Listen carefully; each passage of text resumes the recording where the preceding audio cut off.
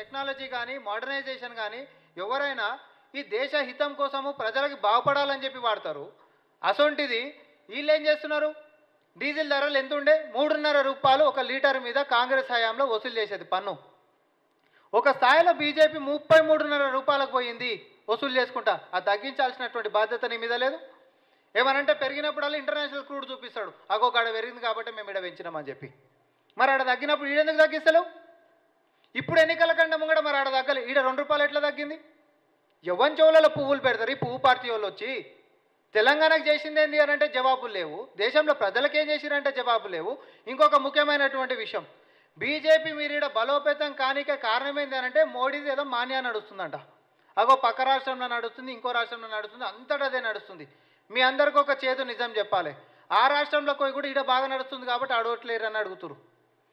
లేకపోతే ఇంకో రాష్ట్రంలోకి పోయి ఈడ బాగా నడుస్తుంది కాబట్టి ఆడోట్లేరు అని అడుగుతురు. ఈ రాష్ట్రంలో కూడా గంతే. నేను కొన్ని ఉదాహరణలు చెప్తా.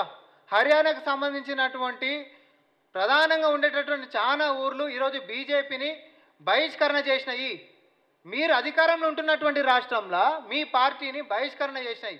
ఆఖరికి ప్రధానమంత్రి సొంత రాష్ట్రం అయినటువంటి దగ్గర ఈరోజు బీజేపీ ప్రచార రథాలు పోతే మొత్తం విధ్వంసం చేసి ఊర్లలోకి రాని అన్నటువంటి పరిస్థితి ఏర్పడ్డది.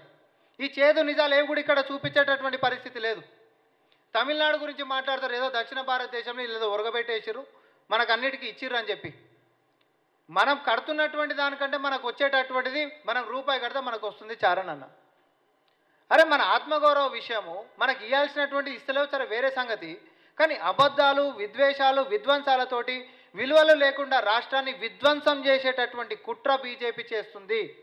ప్రజా పరిపాలనతో ముందుకు సాగుతున్నటువంటి ఈ యొక్క రాష్ట్రంలో మన నోటికాడి బుక్కని ఎడమ కాలుతో తన్నేటటువంటి కుట్ర కొనసాగుతుంది. బీజేపీ ఈడ రాష్ట్రంలో అధికారంలోకి వస్తే రేపొద్దున ఏది కేంద్రంలో అధికారంలో వస్తే రాష్ట్రంలో ఉంటున్నటువంటి అధికారం మేము కూలగొడతామని చెప్పి మాట్లాడుతుంది.